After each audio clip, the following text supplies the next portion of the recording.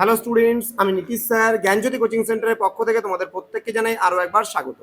তো স্টুডেন্টস, আজকে আমি তোমাদের সঙ্গে আলোচনা করব second semester major Bengali suggestion নিয়ে 2024-এ। ওকে, সিধু কানু বিরসা ইউনিভার্সিটির আন্ডারে যে সমস্ত স্টুডেন্টরা রয়েছে তার তোমরা জানো তোমাদের পার্ট রয়েছে, শ্রীকৃষ্ণ কীর্তন রয়েছে, তোমরা জানো তোমাদের শাক্ত পদাবলী রয়েছে, তোমরা জানো তোমাদের চণ্ডীমঙ্গল রয়েছে এবং তোমাদের বৈষ্ণব পদাবলী রয়েছে।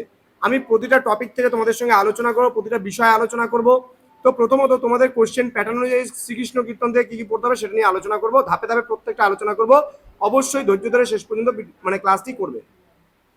শ্রীকৃষ্ণ কীর্তন থেকে 10 নম্বরে কী কী পড়বে? শ্রীকৃষ্ণ কীর্তন কাব্যের সাহিত্যমূল্য বিচার করো।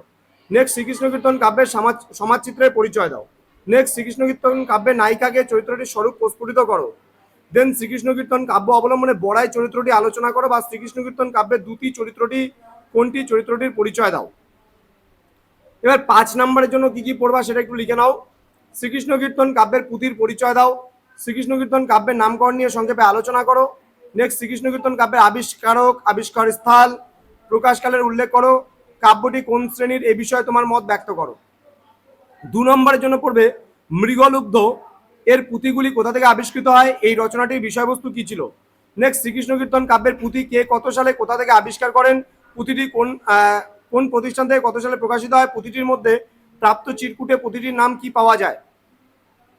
নেক্সট, শ্রীকৃষ্ণ কীর্তন কাব্যে কয়টি খণ্ড রয়েছে, প্রথম ও শেষ খণ্ডের নাম লেখো। নেক্সট, শ্রীকৃষ্ণ কীর্তন কাব্যের কোন খণ্ডটি প্রক্ষিপ্ত বলে উল্লেখ করা হয়েছে, সেই খণ্ডের পদসংখ্যা কত। নেক্সট, শ্রীকৃষ্ণ কীর্তন কাব্যের মোট পদসংখ্যা কত, প্রাপ্ত পৃষ্ঠার সংখ্যা কত। নেক্সট, শ্রীকৃষ্ণ কীর্তন কাব্যকে অশ্লীলতায় অভিযুক্ত করার কারণ কি। নেক্সট, শ্রীকৃষ্ণ কীর্তন কাব্যে ব্যবহৃত প্রবাদগুলির উল্লেখ করো। নেক্সট, শ্রীকৃষ্ণ কীর্তন কাব্যের শ্রেণী বিচার করো। এই কয়েকটা প্রশ্ন ছিল শ্রীকৃষ্ণ কীর্তন থেকে। এবার তোমাদের আলোচনা করব আমি পরবর্তী পার্টটা শাক্ত পদাবলী থেকে কী কী পড়বে, এবং তোমাদের প্রত্যেককে বলবো যারা আজকে ফার্স্ট টাইম আমাদের ইউটিউব চ্যানেলে ভিডিওটি দেখছো তারা অবশ্যই চ্যানেলটিকে সাবস্ক্রাইব করে পাশে থাকা বেল আইকন অল প্রেস করো। এবং থার্ড সেমিস্টার থেকে তোমরা যদি আমাদের কাছে অনলাইনে পড়তে চাও তাহলে যোগাযোগ করবে অবশ্যই অফিসিয়াল নাম্বার 7076398606 নাম্বার অথবা 6295916282 নাম্বার। তোমাদের টোটাল কোর্স ফি পার সাবজেক্টের জন্য 199 রুপিস। তোমরা যদি মেজর পড়ো একটা পেপার থাকলে 199, দুটো পেপার থাকলে 299, তিনটে থাকলে 399, এইভাবে করে কিন্তু আমাদের কোর্স ফিটা হয়। নেক্সট, শাক্ত পদাবলী থেকে তোমরা কি পড়বে সেটা একটু বলে দেবো। প্রশ্নমান 10-এর জন্য ভক্তের আকুতি বলতে কি বোঝো, ভক্তের আকুতি পর্যায়ে সামাজিক জীবনের প্রেক্ষাপটে আধ্যাত্মিক আকুলতা কিভাবে ব্যক্ত হয়েছে তা আলোচনা করো। নেক্সট, কবি রামপ্রসাদ সেন অথবা কবি কমলাকান্ত ভট্টাচার্যের কবি কৃতিত্ব উপযুক্ত উদ্ধৃতি সহ আলোচনা করো। নেক্সট, 5 নম্বরের জন্য পড়বে ওরে নবমী নিশি না হই ওরে অবসান শীর্ষক পদটিতে মাতৃহৃদয়ের যে ব্যাকুলতা প্রকাশিত হয়েছে তার স্বরূপ ব্যক্ত করো। গিরি এবার আমার উমা এলে শীর্ষক কবিতাটিতে মা মেনকা চরিত্র যেভাবে প্রকাশিত হয়েছে তা আলোচনা করো। নেক্সট, আমার গৌরীর এলোয়ে যায় হর আসিয়ে শীর্ষক কবিতাটিতে মাতৃহৃদয়ের যে ব্যাকুলতা প্রকাশিত হয়েছে তার স্বরূপ ব্যক্ত করো। প্রশ্নমান 2-এর জন্য ওরে নবমী নিশি না হই ওরে অবসান পদকর্তাকে কোন পর্যায়ের পদ, বক্তা নবমী নিশিকে অবসান হতে নিষেধ করেছেন কেন।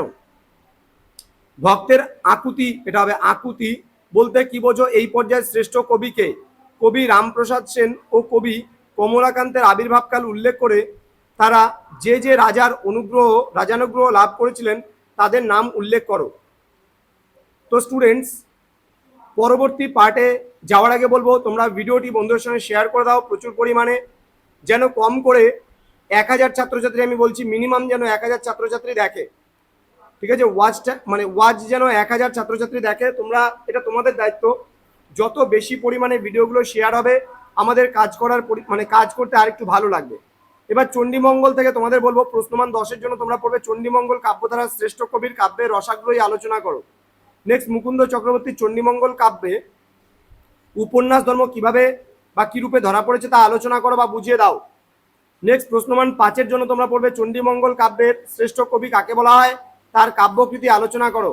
নেক্সট, মুকুন্দ চক্রবর্তীর চণ্ডীমঙ্গল কাব্যে মুরারিশীল চরিত্রটির বৈশিষ্ট্য আলোচনা করো। প্রশ্নমান 2-এর জন্য চণ্ডীমঙ্গল কাব্যের আদি কবিকে এবং শ্রেষ্ঠ কবির নাম উল্লেখ করো। এই কাব্যধারার শ্রেষ্ঠ কাব্যের নাম লেখো। নেক্সট, চণ্ডীমঙ্গল কাব্যে কয়টি কাহিনীর মানে মানে চণ্ডীমঙ্গল কাব্যে কয়টি কাহিনীর সন্নিবেশ ঘটেছে, সেগুলি কি কি? মুকুন্দ চক্রবর্তীর চণ্ডীমঙ্গল কাব্যের নাম কি? ওকে।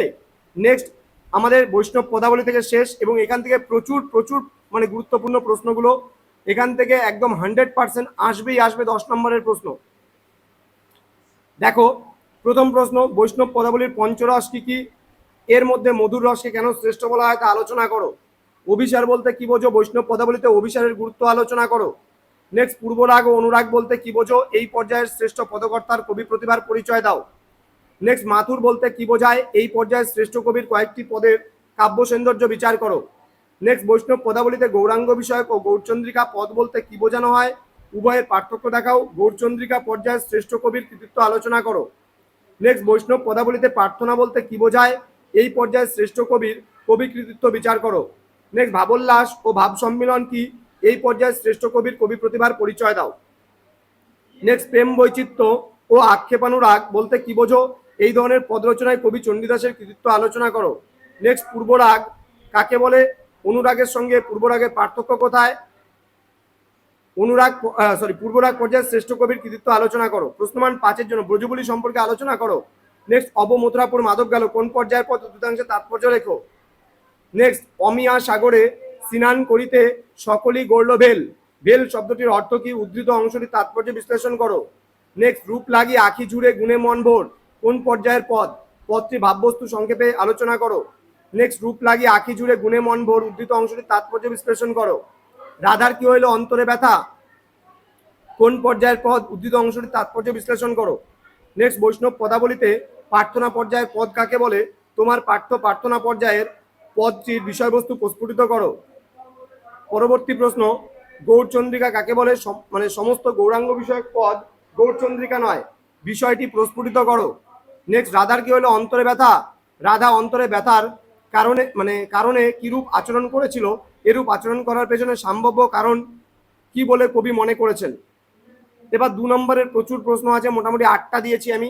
তাতল সৈকতে বারিবিন্দু সম সুতমিত রমণী সমাজে পদটি কার লেখা? কোন পর্যায়ের পদ? উদ্ধৃত অংশের তাৎপর্য বিশ্লেষণ করো। এটা বড়তেও আসতে পারে, ছোটতেও আসতে পারে। মন্দির বাহির কঠিন কপাট এর তাৎপর্য বিশ্লেষণ করো। কণ্টকগাড়ি কমল সম পদতল তাৎপর্য বিশ্লেষণ। নটবর গৌরকিশোর কাকে বলা হয়েছে? নটবর কাকে বলা হয়েছে? গৌরকিশোরকে নটবর বলা হয় কেন? বধূ কি আর বলবো আমি উদ্ধৃত অংশের তাৎপর্য বিশ্লেষণ করো। নেক্সট, মন্দির বাহির কঠিন কপাট এটি কোন পর্যায়ের পদ? পদটির রচয়িতাকে। এখানে মন্দির শব্দের অর্থ কি? নেক্সট, অব মথুরাপুর মাধব গেল পদটির রচয়িতাকে। মাধব মথুরাপুর কোথা থেকে কি উদ্দেশ্যে গিয়েছিল? তাকর চরণে দীনহীন বঞ্চিত গোবিন্দ দাস রহদূর। আলোচ্য অংশে কবি গোবিন্দ দাসের নিজের সম্পর্কে এরূপ উক্তির কারণ কি? তো স্টুডেন্টস, জ্ঞানজ্যোতি কোচিং সেন্টার অফিসিয়াল ইউটিউব চ্যানেলে তোমাদের প্রত্যেককে আরো একবার স্বাগত জানাচ্ছি। যারা এখনো পর্যন্ত আমাদের অফিসিয়াল ইউটিউব চ্যানেলটিকে সাবস্ক্রাইব করনি তারা অবশ্যই চ্যানেলটিকে সাবস্ক্রাইব করে আমাদের সঙ্গে থাকো, পাশে থাকো। তোমাদের উজ্জ্বল ভবিষ্যৎ গড়ে তুলবো আমরা, এটাই আমাদের মূল প্রতিশ্রুতি। দেখা হচ্ছে খুব তাড়াতাড়ি পরবর্তী ক্লাস নিয়ে, এবং অনলাইনে তোমরা যদি যুক্ত হতে চাও আমাদের অফিসিয়াল নাম্বারে যোগাযোগ করো এক্ষুনি। দেখা হচ্ছে খুব তাড়াতাড়ি পরবর্তী ক্লাস নিয়ে। Thank you so much, thanks for watching after all, thank you.